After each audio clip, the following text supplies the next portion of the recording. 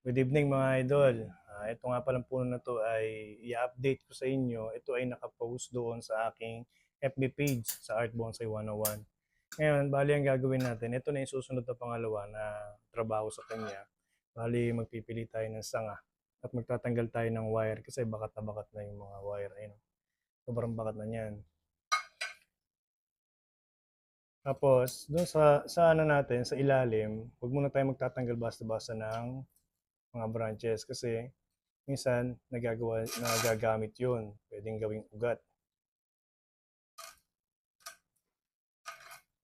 Ayan, maglinis muna tayo ng puno. Napakaraming damo.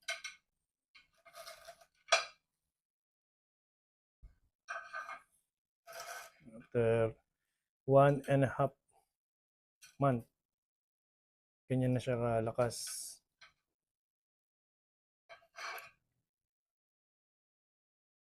Ayan.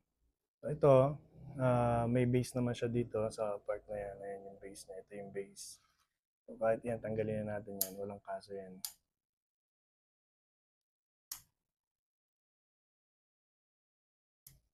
Second to, second wiring yung mangyayari sa kanya. Kung alin yung mga tumubo na sanga dati na winire natin, babalik lang natin doon.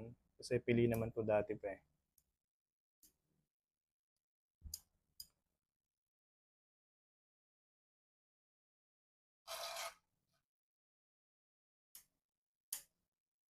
Nakita nyo, unti-unti na uubos, nawawala na yung mga sanga. Kasi kung alin lang yung naka-wire, ilang gagamitin ko. Itong size na to, showhin to.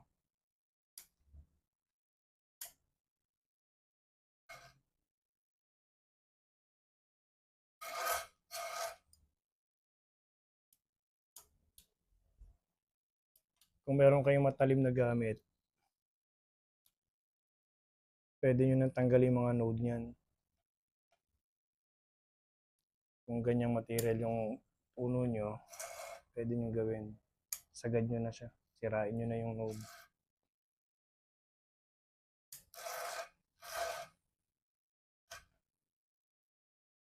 Ayan. Ngayon, pansin nyo, ito yung winner natin nung una. Wala pa to. Wala pa yung sanga na yan. Tapos, mas lumakas siya compare dito sa naka-wire. Kasi nga, nakababa. So, pangalawa, i-layout natin yan. Tinwist ko to nun. Then, nagalaw yung fiber sa loob. Nasira yung daluyan ng pagkain. Kaya siya humina. So, kung ano yung di naka-wire, siya yung lalakas. So, for example, ito na nga. Yan. So, i-maintain na natin to. Yan. Dapat dito tayo focus na lumaki. Kinakailangan ito yung mag-proportion sa primary na to. So, ang mangyayari dyan, ang kagandahan sa kanya, yung node na binigay sa atin, goods na yan, yung layo na yan. So, puputulin ko siya, magtitira lang ako ng dalawang node. So, 1, 2, dalawa na yan. Tapos, linisin ko na to. So, yung mga potential lang na kailangan natin dyan. Kasi actually, yung sinasabi ko dito, sa liit lang ng puno na to, kukuha lang tayo dito ng 1 secondary papunta sa back. Kasi ito yung front natin. Tapos kuha tayo ng isa dito. So, ayan. Meron dyang dalawa. Ipili lang tayo dyan. Kung nasan yung bend, nandun yung isang sanga, yun ang kukunin natin. So, tatanggalin natin to. So, ito, wala na to. Ayan. Wala na rin yan. Okay na yan. Itong dahon sa dulo na to, huwag yung natatanggalin yan. Okay na yan na nandyan para humila to. Tapos ito, para bumagal to, i-wire natin, ibababa natin yan. Para doon pumunta. Dito pumunta yung pagkain. So, yan. Napansin nyo, dalawa yung ginagawa kong setback. Isang 1-3, tsaka ito yung primary from Yamadori. Kumuha na ako ng 1, 2, 3. So, dito na ako magse-setback. So, yan, nangyayari ang kadalasan sa Yamadori. Pero pagka nasa homegrown, Madalang mangyari yan kasi mas gusto ko yung mula dito hanggang dito, nandyan yung sang ano, 1, 3. Tapos yung number 2, doon tutubo sa number 3. Compare dito sa Yamadori, na meron na siyang primary, nagpatubo lang ako ng isa. Pagkatubo ng isa na yan, kumuha na ako ng 1, 2, 3. So yun yung kaibahan ng Yamadori sa pagpili kasi meron na siyang primary. Nabigay kasi yung primary niya, mapapansin nyo, halos same sila ng laki. Kaya dito, siguradong gagawa ko ng isang ulo na maliit lang. So tuloy natin ang pagpili ng sanga.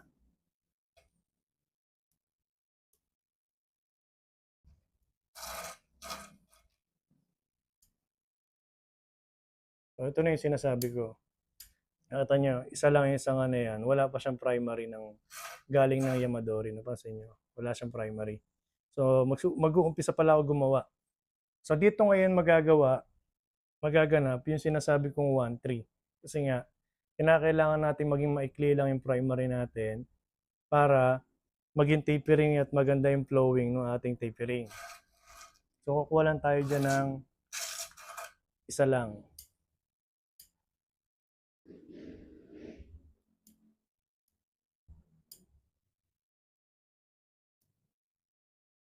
So ayan na siya. Kumuha lang tayo ng isa. Ito yung isa. So ito naman yung isa. So ito ay nasa 4 o'clock to. Kasi ito naman 1 o'clock. Ito naman ay 11 o'clock. Ayan, 11 o'clock.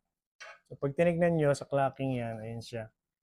So ito naka-ano to ng 4 o'clock. Ay nakita yung movement nito. Ayan.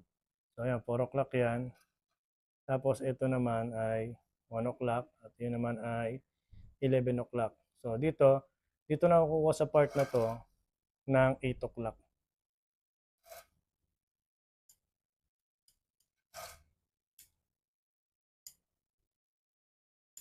Sigurado may magtatanong o magko-comment kasi bakit baliktad yung clocking, di ba? Ang number 4 natin nandito. Kasi ang puno, hindi naman yan magkakaiba ng design yan eh.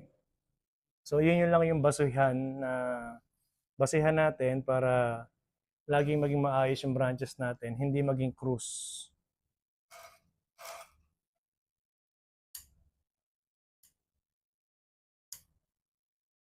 Ito na, tinatanggal ko yung dahon para lumapit yung node. Saka natin pagwa-wild din yan. Nakita nyo, nanggaling sa 1.5, ibinaba na yung branches. So, sabihin, kaya nang ibaba ng sanga yung wire. Kaya magpapalit na tayo ng wire dyan.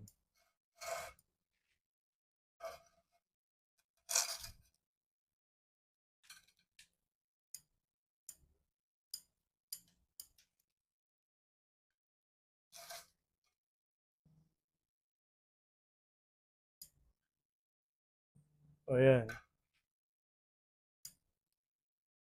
Tingnan nyo itong tatlo na to, 1, 2, 3. So kung pipilitin ko yan, pwede naman. Kaso nga lang mawawalan ako ng tapering mula dito kasi hanggang dyan, hanggang dito. Ito magiging setback niya. So ayan, mahaba yan para sa akin. Sa liit ng tronco na to. So ang gagawin natin, sa setback ko to, tapos kukuha ko dito ng number 2 sa part na yan. Ayan na siya ngayon. Ito ngayon yung 1, ito yung 3, ito yung gagawin nating number 2.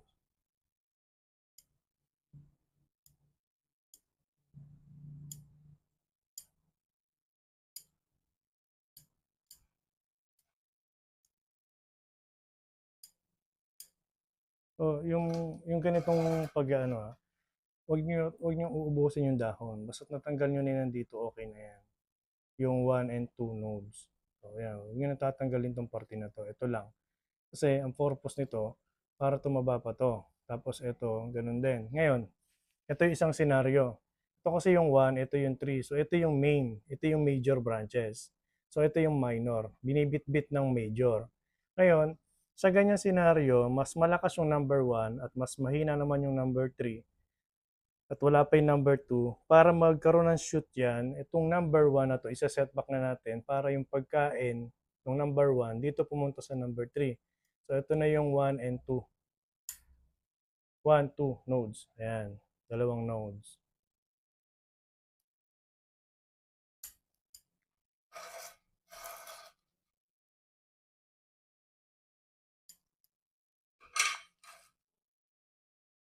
Babaklas tayo ng wire. Papalit tayo ngayon dyan ng 2.5.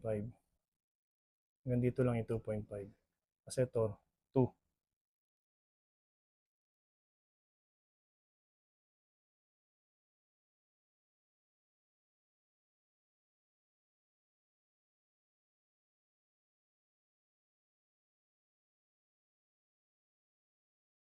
Pagka magbabaklas kaya yung wire, pag ginagano ito, alalayan nyo ito, hawak niyan. Kasi pagka itong doon hinawakat yan umikot, baka ito mabali dyan.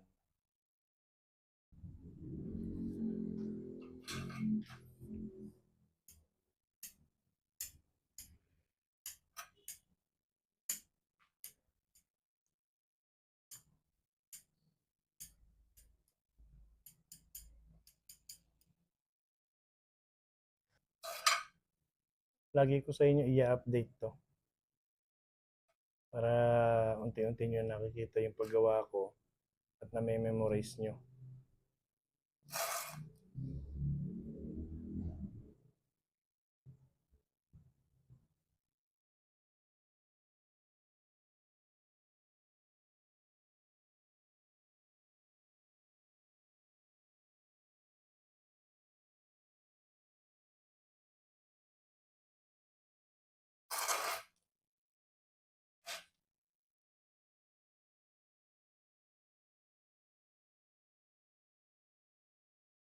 Grabe yung bakat ng wire.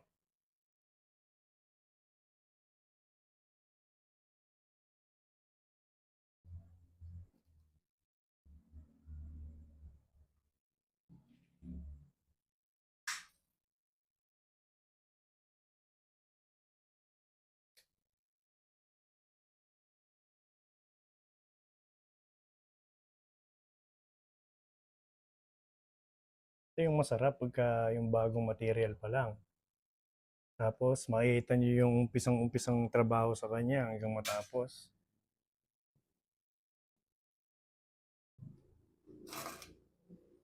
Ayun, ito ngayon, kailangan natin isang sanga na yun para pumunta dun sa back. Ito yung gagawin nating apex. So dito magsa-setback na tayo sa part na yan. Kasi yung movement nito, medyo gagawin natin papunta to dito. So kung mapapansin nyo, ang kasaktuhan ng apex nito, hindi papunta dyan.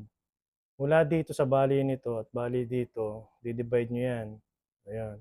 So kung divided by 2, dito siya pupunta. Ayan, sa part na to. Ayan, sa part na yan, mangyayari, dyan ang hulog ng apex.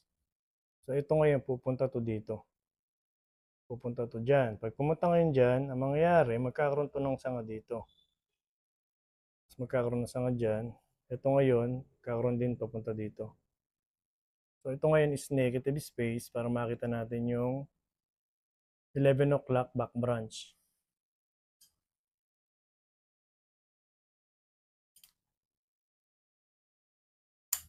Ayan, setback na natin. Napansin nyo, proportion na yan dyan. Diba? 50% na to dito, kaya ako siya sinetback.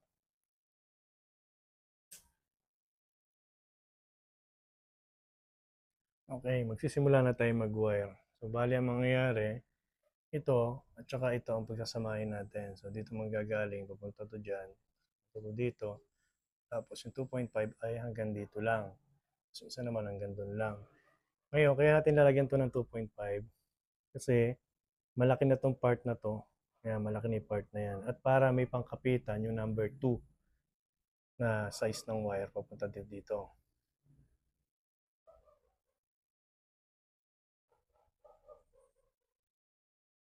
Doon sa pinagbakatan ng wire, huwag yun na doon ilalagay. Ilayo nyo na para hindi maano yung sugat, hindi dumoble. Yan o. Ito nyo. Ito yung sugat sa ilalim, tapos sa taas. So, gigitnaan na natin yan.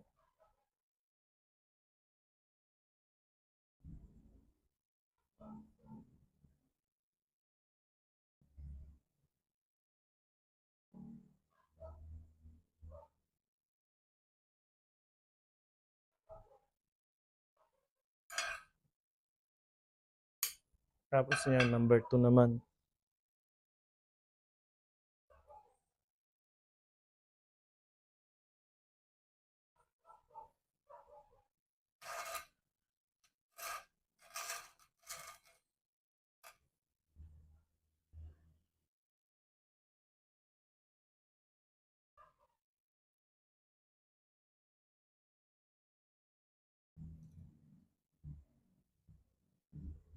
Kita nyo to.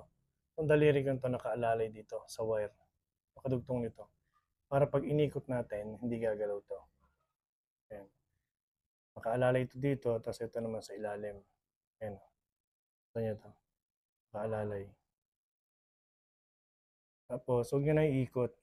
Ayan, okay na yan. Idikit nyo lang dun sa pinakadulo. Tapos, ito naman, tapusin natin yung wiring nito hanggang dulo. Secured lang natin yung dulo para hindi maputol.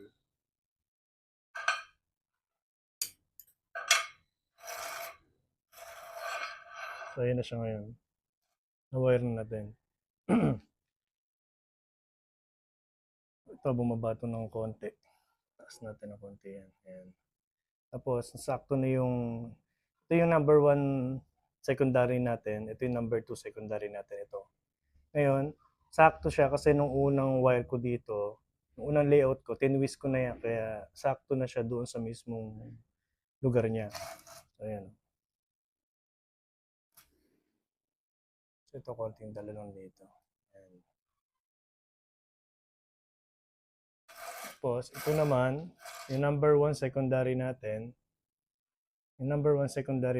iaayon na natin yung node.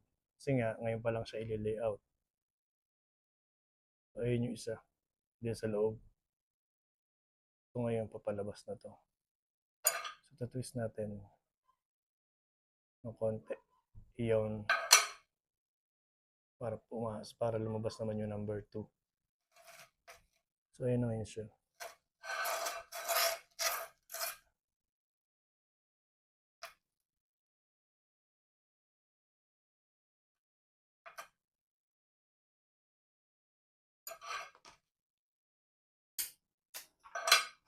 Ayan. Ito yung setback. Ito yung setback niya. Ito yung setback ng primary. Tapos, yung pinakaputol ng wire niya, nilagpasan ko yung setback. Kasi pag dito natin siya sinakto lang natin dyan yung wire sa mismong setback, pwedeng mag-split doon sa mismong ano niya. Ayun, nakita niyo? Yung setback, hindi ko sinagad. So, palatandaan yan na ito, ilalagpas mo yung wire na to para in case na mag-wire ka at mag-layout ka, hindi siya mag-split or mabiyak.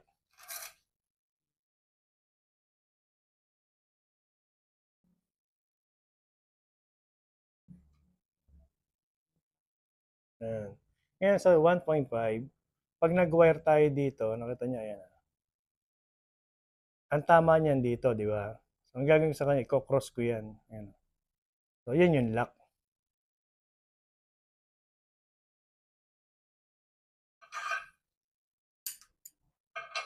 Ngayon, pagka ginalungay natin to, hindi gumagalaw yan.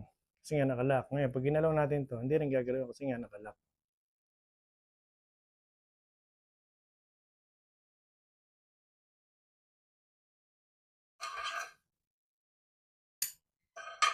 Ayan.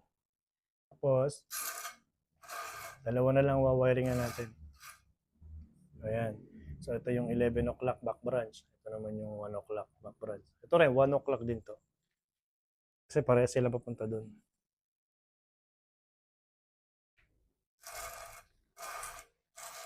Ito, dito na natin isasama yan. Ito ngayon, dodoblehin natin yan.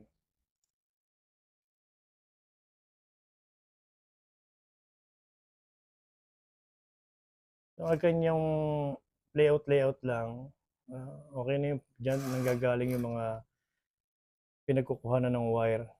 Kasi, ano lang naman yan, madalang pa lang ang wire niyan.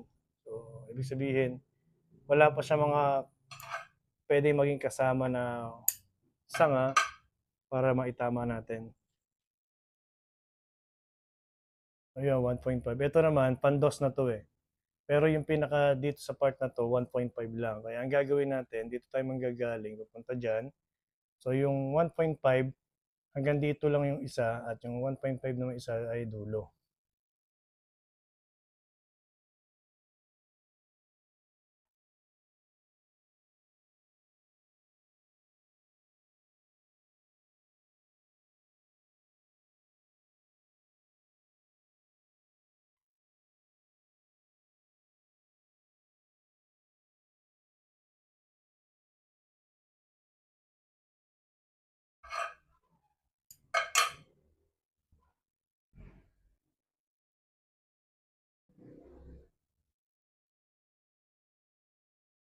Yan, malutong yan.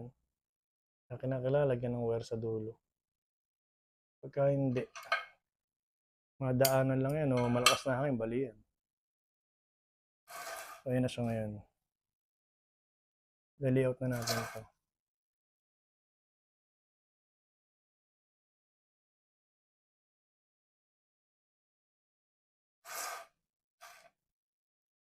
Ito, hindi natin wawiringan muna.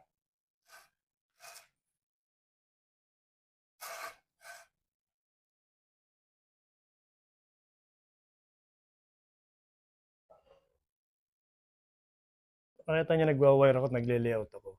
So marami nagtatanong sa akin kung paano daw ba ako mag-wire. Basa daw ba o dry? So ayan o. Basang-basa ayan. So galing sa ulanan yan. Ang i-advise ko lang sa layout, lagi na lang maingat dun sa pagtutwist para hindi mag-crack or mag-split yung ating mga branches.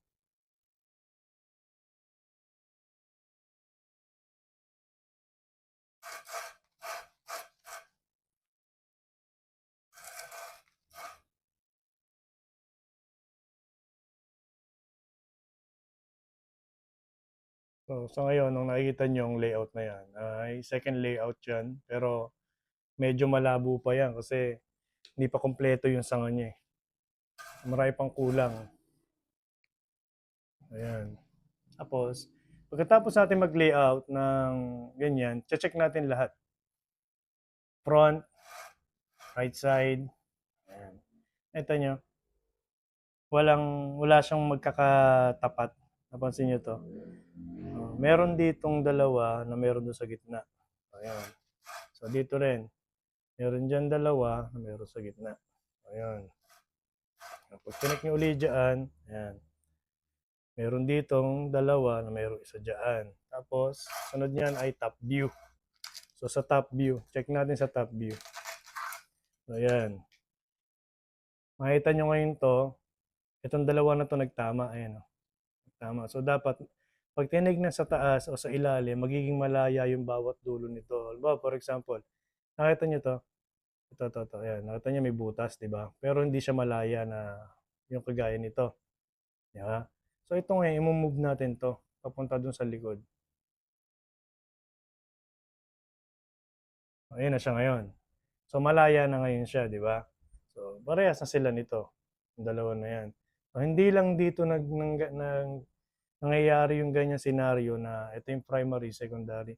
Pwedeng i-apply yan sa mga branches na nasa baba at nasa taas para maging malinis yung ating layout. Ayun na siya ngayon mga idol. At iyon, hanggang dito na lang ating video at sana ay meron kayong natutunan sa aking update ng layout, ng second layout na to. Maraming salamat po. Thank you for watching and God bless.